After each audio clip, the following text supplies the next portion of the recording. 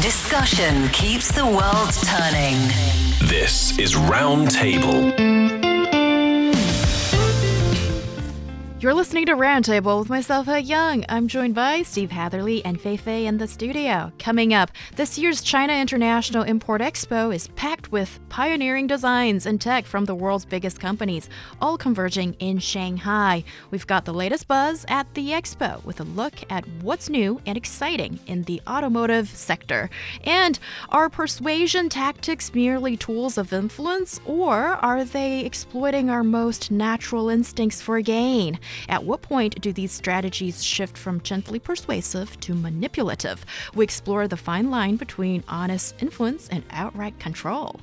Want to be part of Roundtable's Heart-to-Heart segment? Share your thoughts, questions, or hot takes on news, tech, and life by sending us a voice memo at roundtablepodcast@qq.com. You might hear yourself on our live show. Our podcast listeners can find us at Roundtable China on Apple Podcast. Now let's switch it up and explore something new. The 7th China International Import Expo, or CIIE, is buzzing with energy in Shanghai, showcasing cutting-edge innovations from around the world. With nearly 300 Fortune Global 500 companies from 152 regions and nations and organizations unveiling their newest technology, designs, and products, CIIE is the ultimate access point to the Chinese market. Our reporter Yu Shan is on the ground, ready to share some exciting highlights straight from the automotive exhibits. Hey guys, this is Yu Shan from Roundtable. And right now I am at the Automobile Exhibition Hall here at the 7th China International Import Expo. And after walking around in several exhibition halls, I can totally see that the automobile section is among the more popular sites of all the exhibition halls because people are just crazy about cars. Especially now that each of these brands, they're bringing their latest modules and new designs featuring eco-friendly or a more of a fun innovation that's trying to attract young consumers out there that's looking forward to try out some wild driving experiences. At the center of the exhibition hall here features a huge cubic of LED screen here that's showcasing images of the green forest, of the water, and all the natural resources. And the aim is to highlight on the green and sustainable designs in many of the car brands these days. So guys, the first pavilion I am stopping right now is at the Ford Motor Company. This year during the CIIE, they're presenting 3 model types of their car. And right here in the background, we see that the company is trying to decorate the entire pavilion with desert-themed decoration. I see cactus, I see the mountainous areas in the middle west of the US. So right now I'm sitting into the driver's seat, and I've only been driving for 3 years, and I'm telling you this is the biggest legroom I've got so far. Right now I see like a electronic screen right in front of me. 12-inch IPC and 12-inch IVI screen. Excuse me, sir? Yeah, it's a brand new 12-inch IPC screen and 12-inch IVI screen. This is kind of American Bronco Raptor version. We just localize it and use on our local series. Oh, wow. So this whole design is just localized for the Chinese customers? Yes, definitely. This design is only for the North America. So. And I also heard that this yellow, or rather orange painted type is a relatively new model type. Yes, it's called Stripe Orange. It's a brand new color for our China customers. Okay. Yeah. Here we feel that the ceiling of the car and also the doors of the car are already removed. And I was told by the engineer just now that you can only take like 2 minutes to remove part of this car. Yes. In our development center, we have a test that we call our colleague to try to compete with each other. The first team, they only take like 40 seconds to remove the hard top. Yeah. 40 seconds to remove the head top of a car. Yes.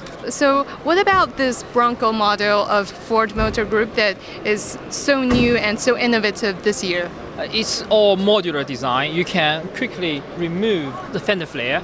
You can choose your customized module. You can just easily remove this side of it. Basically, this is like a Lego of a car that you can remove the shells, remove the outer side of the car, and just enjoy driving in a very simplified version, especially if you're driving in an open area and it's just to indulge yourself into the wild fun of driving. Yes. I would suppose this is the first time for the Bronco series to be presented to the Chinese market? Yes. This is the 6th generation Bronco. So when you were designing the car, or rather customizing this car from the US model to the Chinese model, how long did it take? And what do you think was the hardest part to adapt? Yeah, we took about 18 months to do the localization. Here in China? Yeah, in China, in Nanchang. And I think the most hard part is we just need to understand the Chinese customer requirements, because they are like a totally different customers, and we want to keep the inside spirit of the Bronco version, right? Because it's, as you can see, it's very unique and very personal, right? But we want to keep the spirit, but on the other hand, we should meet our Chinese customers' requirements, like we just do the interior color material enhancement, right? As you can see, the A surface here is all leather. As you can see, like the IP dashboard and the seats. Now currently we just focus on the off-road segments, but still we know lots of female customers, they love the lifestyle, the off-road lifestyle. They just female customers? Yes. Oh wow, I would disagree with that, because male customers are so much in love with that too. You mean the free and wild lifestyle of just driving a skeleton of a car without the doors, without the top. Yeah, just imagine that. But yeah, please carry on. Yeah, and currently I think the sales volume for the China Bronco series is almost 1,200. 1,200 per month. per month. Wow. Yeah. Do you mind if I ask how much is one of these cars in Chinese yuan? 337K. So 337,000 yuan here in China. Yeah. Oh wow, I see. Definitely beyond my purchase ability, but for Chinese customers who's interested in indulging in the doorless, topless kind of wild driving experience, I would see that the Bronco series definitely have its highlighted spots. So yeah, thank you very much for your introduction, sir. And apart from day-to-day automobiles, we also see that here in the automobile exhibition hall, it's not just for cars, but also car manufacturers and component companies, such as the tire manufacturing company Michelin. It says on the board right here that ever since 1898, Michelin has driven the growth of the aviation industry. So we see that by supporting the aviation industry, one of its goals is to produce low carbon and more practical solutions.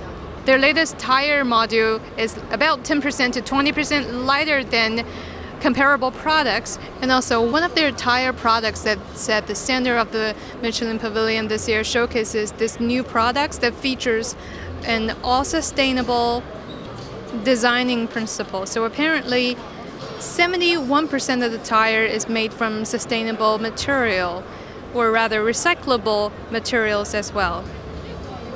And in the past 3 years, this brand managed to increase the sustainable material content inside this tire from 46% to 71%, which is quite a progress. And guess what's in the tire? Natural rubber, steel, and extracts from orange and lemon peels, raisin, and sunflower oil. Sounds like a food than the tire, but I guess this is the new trend nowadays, that's to feature the recyclable idea to the bare ingredients, that is to make the entire products in a green and futuristic way. Well, that's Yu Shan at the CIE Auto exhibit, chatting with Feng Jingyu, program analyst from Ford, about the company's localization efforts and checking out Michelin's new sustainable tire.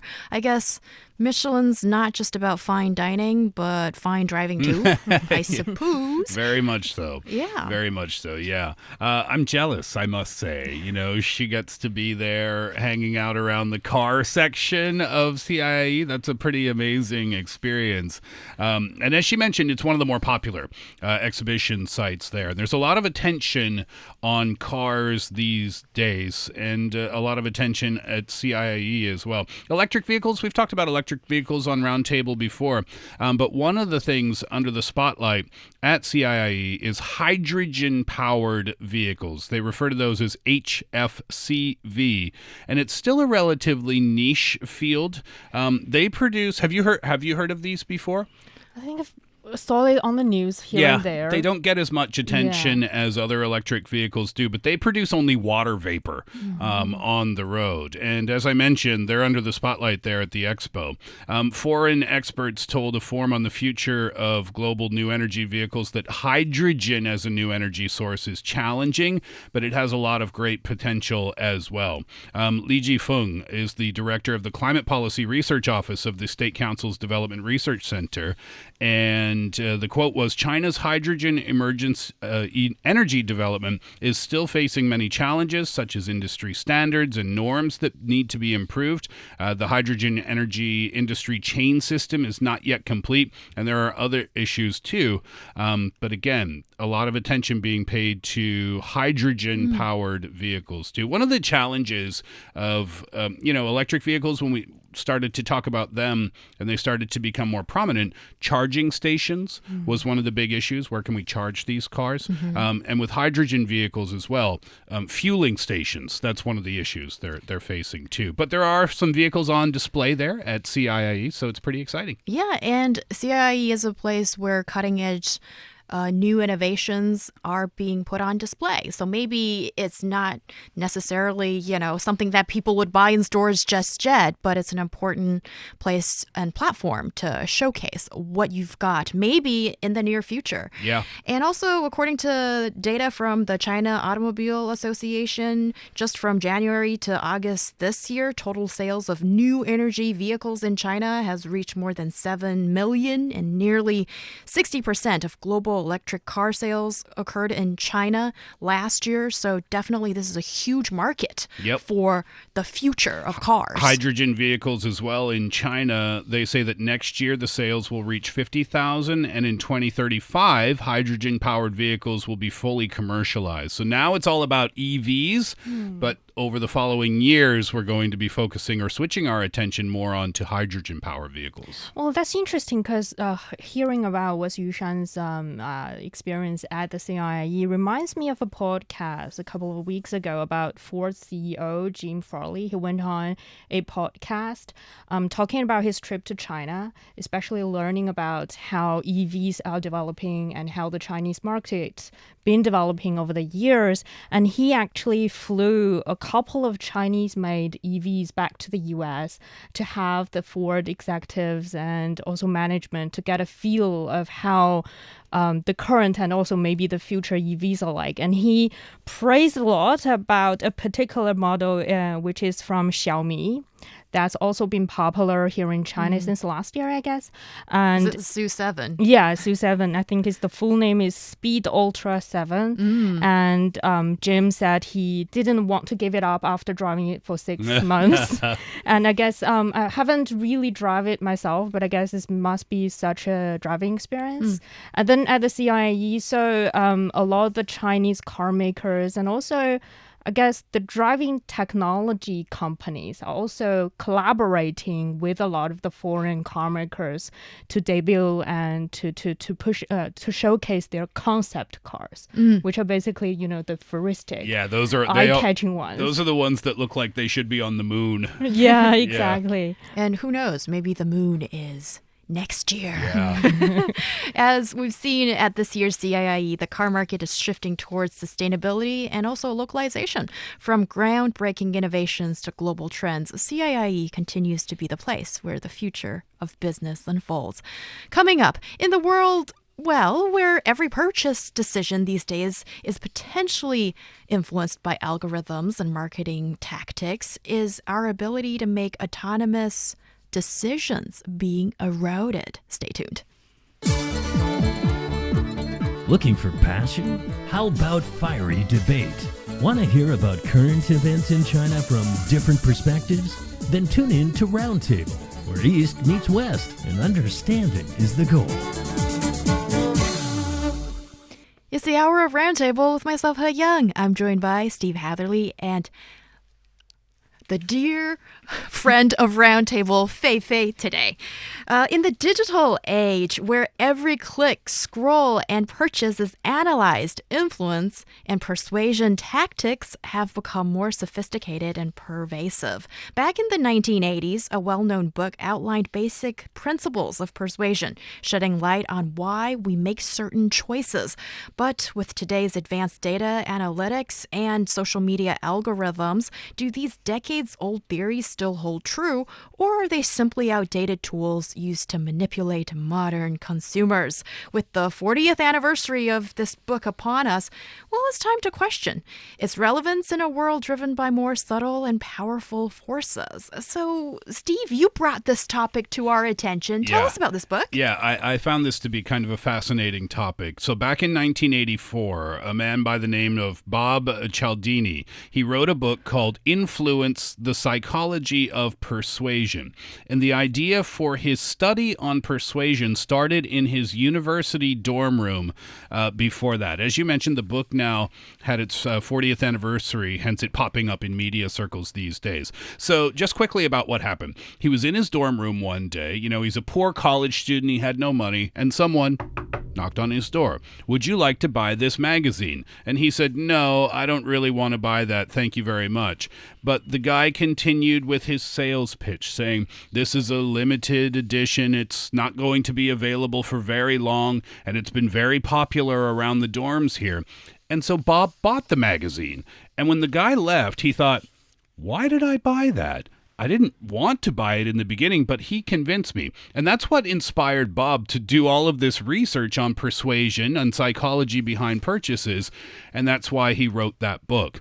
It sold 7 million copies around the world up until today, roughly 7 million. So what did he discover inside? He came up with 6 principles in the beginning that are all about persuasion and how they influence us to purchase things. These are used in marketing these days and have been for a long time. Scarcity, authority, social proof, liking, reciprocation, and commitment and consistency. Scarcity, referring to only available for a short period of time, right? We see that in advertisements. Authority would be, experts support this. Experts love this product. And then social proof, the salesman in the university, he touched on that one too. He said, it's really popular in the dorm. Everybody's buying up this magazine. So those are the principles that he came up with. And we still find proof of them being used today. And well, we live in a digital world these days, and social media algorithms know us better than ourselves or our moms, it feels. And it's just so easy. Well, I wouldn't say easy, but there are so many different theories out there, so many different tactics out there to get us to buy something or sow that seed of buying the next thing in our minds. How relevant do you think these this theory particular is, or what do you see as maybe updated versions as such? I think some of the theories are still relevant today, even in this digital age. But I think the theory is still there, and it reminds me a lot of the promotional videos we saw online, and how some influencers online with a lot of the get ready with me videos and what I did today videos and promoting certain products through that videos, and they're basically using similar tactics here and there. But then I think, in today's age, instead of, what the author experienced, having a human-to-human interaction when making a sale, a lot of the algorithm, I think, is getting a little borderline dangerous, is that they are pushing to the border of manipulation. Maybe it's not about making a good sale, it's more of a manipulate your thought into you overbuying certain things. And I think, so that's why I think in today's age, we need to talk more about, how do we, in terms of privacy or personal information, how do we make the marketing strategies, limited within a reasonable boundaries so that people don't feel, they are often the case. I saw a lot of the promotional videos. I'm only thinking about it, but somehow it popped onto my phone the next second. It really is a really shivering experience. Ethics in marketing has been an issue for a long time, and companies have to walk a very fine line, don't they? I think we can still see these his theories from 1984 applied today in many situations. Scarcity, we talked about. Authority, meaning experts support this product. Social proof, everyone else is buying this, why don't you? Liking, I think, is an interesting one. The liking theory refers to the likability of the person that you are purchasing from. And the theory is, if you don't really like the person who is selling something, then you're not going to buy it from that person. And that's why I guess for online sales or home shopping or things like that, they always have a bubbly, outgoing personality, and that likability factor tries to come across. Yes, indeed. And with the rise of social media, new theories have emerged to explain how digital platforms influence behavior, and some of them have something to do with this book of persuasion, and this could include the social influence model of online interactions, where the sheer volume of likes, shares, comments acts as a form of social proof. And of course, the fear of missing out, or FOMO, is used to drive engagement and decision making. And Fei Fei, you and I chatted briefly about how powerful FOMO can be these days. Yes, FOMO, the fear of missing out. I think it's getting people